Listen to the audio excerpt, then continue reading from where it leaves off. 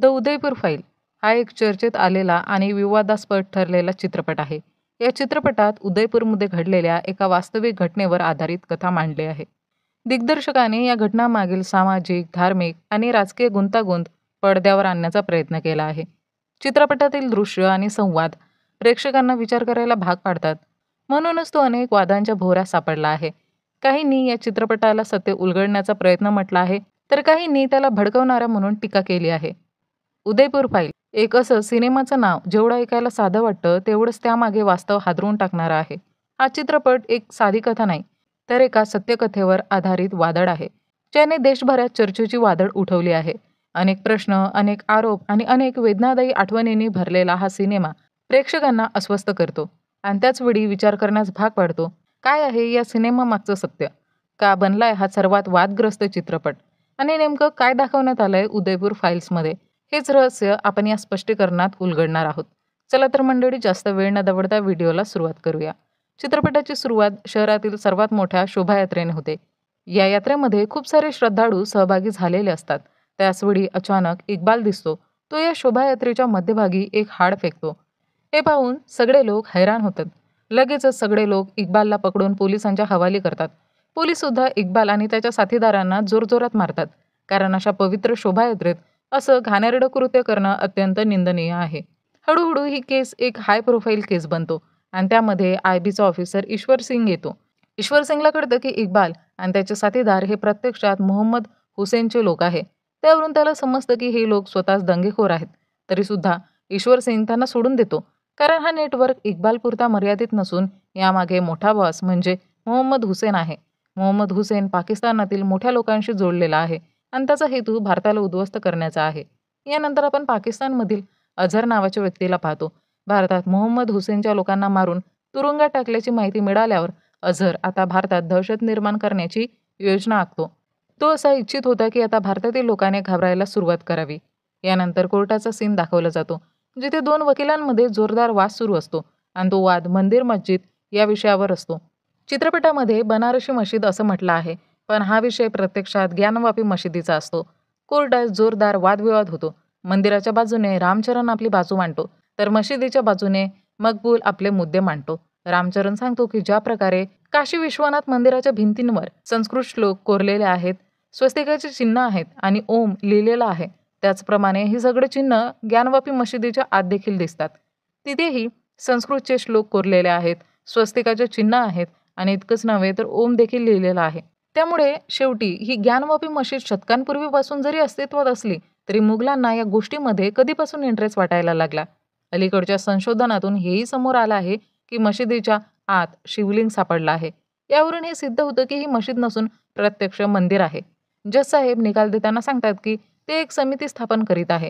ही समिती मशिदीच्या आतल्या सर्व गोष्टींची तपासणी करेल, ते जाणून घेतील आणि त्यानंतर अंतिम निकाल दिला जाईल.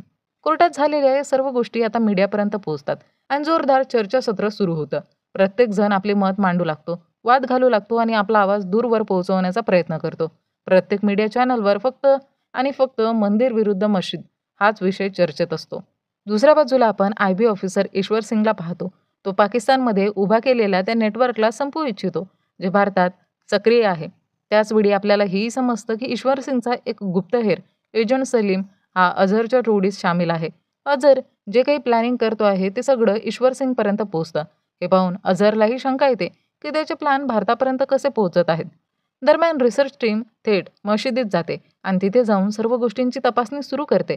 आत गेल्यावर त्यांना प्रत्यक्षात मशिदीत स्वस्तिकाचे चिन्ह आणि संस्कृत श्लोक दिसतात. एवढंच नव्हे तर त्यांना तिथे एक शिवलिंगही मिळतं. हे पाहून सर्व लोक अत्यंत आश्चर्यचकित होतात. मात्र मशिदीचे लोक या सगळ्या गोष्टींना नाकारतात. यानंतर खरी गोष्ट उलगडते. समजतं की काशी विश्वनाथ मंदिर अत्यंत प्राचीन आहे. जेव्हा मुघलांनी काशीनाथवर हल्ला केला होता तेव्हा अनेक सनातनी लोकांनी त्यांना विरोध केला आणि आपलं मंदिर वाचवण्यासाठी खूप प्रयत्न केले. मंदिरातील पंडितांना माहिती होतं की जर मुघल इथपर्यंत पोहोचले तर ते संपूर्ण मंदिर नष्ट करतील. म्हणूनच त्यांनी एक मोठा निर्णय घेतला. त्यांना ठाऊक होतं की ते शिवलिंग लपू शकतात, पण त्याला नंदीजीपासून वेगळं करायचं त्यांना नव्हतं. त्यामुळे पंडितजींनी शिवलिंग बाहेर काढलं आणि नंदीजीजवळ नेलं. त्यांच्या कानात सांगितलं, माझी समाधी तर अटळ आहे, पण तुम्हाला अजून कित्येक वर्ष थांबावं लागेल. असं म्हणून मंदिराचे पंडित काशीनाथ मंदिराच्या विहिरीत शिवलिंगासह उडी घेतात. पण आता जेव्हा ही सगळे पुरावे बाहेर आले तेव्हा नंदीजींची ती प्रतीक्षा संपली. मशिदीतून हे सर्व पुरावे बाहेर आल्यानंतर मीडियामध्ये प्रचंड वादंग माजतो. मंदिर आणि मशिदीचे समर्थक एकमेकांशी अतिशय कटू भाषेत बोलू लागतात. डिबेट दरम्यान अनेकांनी आपली मतं मांडली, पण काही विधान इतकी वादग्रस्त ठरली की त्यांना विशेष सुरक्षा द्यावी लागली. त्यामध्ये एक होती नूतन शर्मा. नूतन शर्माने काही अशी विधानं केली ज्यामुळे संपूर्ण देशात दंगे उसळले. जिथे हिंदू मुस्लिम आपले मत मांडत होते, तरी मुस्लिम समाज पूर्णपणे नूतन शर्माच्या विरोधात गेला होता. या सगळ्या घडामोडी पाहून ईश्वर सिंग सतर्क होतो. त्याला ठाऊक असतं की काहीतरी मोठं होणार आहे. यानंतर दृश्य राजस्थानच्या उदयपूरकडे वळतं. तिथे आपण कन्हैयालाल साहूला पाहतो, जो एक टेलर आहे. कन्हैयालाल कपडे शिवण्याचं काम करतो. तो अतिशय साधासरळ माणूस आहे आणि फक्त आपल्या कामाशीच काम ठेवतो. जेव्हा तो तिथे आला होता तेव्हा त्याच्याकडे काहीच नव्हतं, पण त्याने मेहनत केली, काम केलं आणि नंतर स्वतःची टेलरची दुकान उघडली. कन्हैयालालच्या दुकानासमोरच निजाम नावाच्या व्यक्तीचंही टेलरचं दुकान असतं. निजामला जेव्हा जेव्हा काही गरज पडते तेव्हा तो कन्हैयालालकडेच येतो आणि कन्हैयालालने आजवर त्याला कधीही नकार दिलेला नव्हता, कारण कन्हैयालाल त्याला आपल्या मुलासारखा मानतो. प्रत्यक्षात जी शॉप निजाम चालवत असतो ती आधी निजामच्या अब्बूने चालवलेली होती.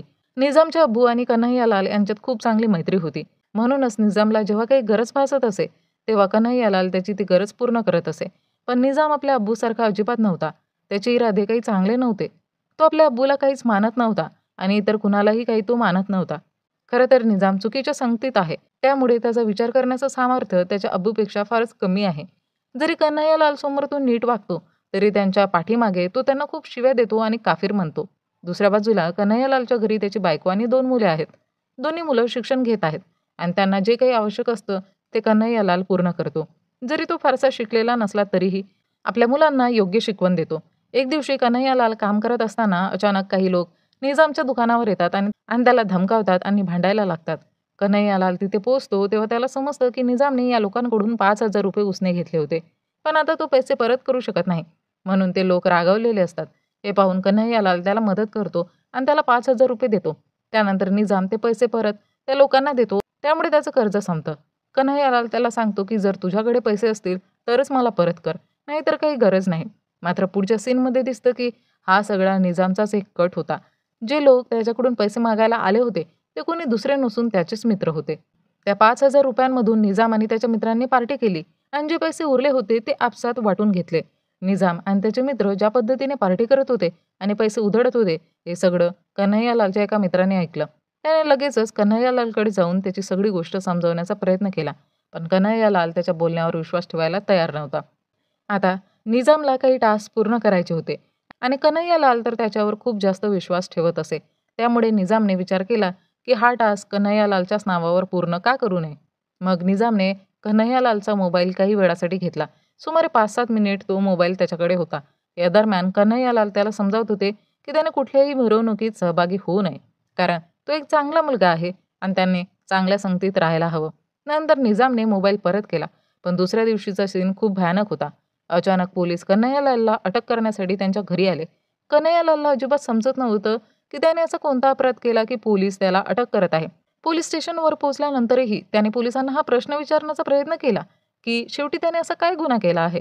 इथे पोलीस कन्हैयालालला सांगतात की त्याने आपल्या मोबाईलवरून फेसबुकवर एक खूपच गलिच्छ पोस्ट केली आहे आणि म्हणूनच त्याला अटक करण्यात आली आहे. पण कन्हैयालाल सांगतो की त्याला मोबाईल चालवताच येत नाही. खरं तर नूतन शर्मा यांनी मीडियामध्ये दिलेल्या वक्तव्याला कन्हैयालालच्या फेसबुक पोस्टद्वारे समर्थन दिलं गेलं होतं आणि याच कारणामुळे त्याला अटक झाली. पण कन्हैयालालला याचा काहीही अंदाज नव्हता की हे सगळं प्रत्यक्षात निजामनेच केलं होतं. तेव्हाच तिथे एक मौलवी येतो आणि पोलिसांना सांगतो की कन्हैयालालला जेलमध्ये टाकलं जावं. पोलीसही त्याची गोष्ट मानायला तयार होतात. पण त्याचवेळी शहरातील एक मोठा नेता आपल्या वकिलासह तिथे येतो. तो पोलिसांना धमकीच्या सुरात सांगतो, सरकार तर पुढच्या 4 महिन्यात बदलणार आहे आणि जर ती बदलली तर मग तू बघ तुझे काय हाल होतील. शिवाय या लोकांनी इतका मोठा गुन्हा केलेलाही नाही की त्यांना तुरुंगात टाकावं. हे ऐकल्यानंतर पोलीस कन्हैयालाल आणि त्याच्या कुटुंबाला जेलमधून सोडून देतात. पण त्यानंतरपासून कन्हैयालालचं आयुष्य पूर्णपणे बदलून गेलं होतं. कुणीही त्याच्याशी नीट बोलत नव्हतं. उलट सर्व लोक त्याला धमक्या देत होते. यामुळे कन्हैयालाल स्वतःच्या टेलरिंगच्या दुकानातही जाऊ शकत नव्हता. कधी कधी तो बाहेर पडण्याचा प्रयत्न करायचा, पण एक दिवशी निजामने त्याला पकडलं. त्याने कन्हैयालालची कॉलर धरून त्याला जोरात धमकावलं. तू आमच्या लोकांच्या विरोधात जी पोस्ट केली आहे त्याचा तुझ्यावर खूप जास्त वाईट परिणाम होईल. हे पाहून कन्हैयालाल खूप दुःखी होतो. त्याला अजिबात कळत नव्हतं की त्याने असं काय अपराध केला, की ज्यामुळे त्याच्याशी इतकं वाईट वर्तन केलं जात होतं. आणि सर्वात मोठं म्हणजे त्याला जो स्वतःच्या मुलासारखा मानत होता, तोच निजाम आज त्याचा सर्वात मोठा शत्रू निघाला. आणि मग हळू-हळू कन्हैयालालला समजायला लागलं, की हे सगळं काही प्रत्यक्षात निजामनेच केलं आहे. कारण त्यानेच मोबाईल 5-7 मिनिटांसाठी घेतला होता आणि त्यात छेडछाड केली होती. कन्हैयालालला आता पूर्ण खात्री पटली होती. यानंतर आपण पाहतो की ईश्वर सिंगला पाकिस्तानच्या एका खबरीचा, एका स्त्रीचा, सकीनाचा फोन येतो. सकीना त्याला सांगते की हे लोक एक मोठं षडयंत्र रचत आहे. त्यांचं टार्गेट महाराष्ट्र, मध्य प्रदेश आणि राजस्थान हे आहे. त्या शहरात ते एका अशा व्यक्तीची हत्या करणार आहे की ज्यामुळे शहरात दंगली पेटतील. ही बातमी मिळाल्यानंतर ईश्वर सिंग खूपच सतर्क होतो. त्याला ठाऊक असतं की हे लोक नक्कीच काहीतरी भयंकर करणार आहेत. इकडे अझर पण मोठी योजना आखत होता.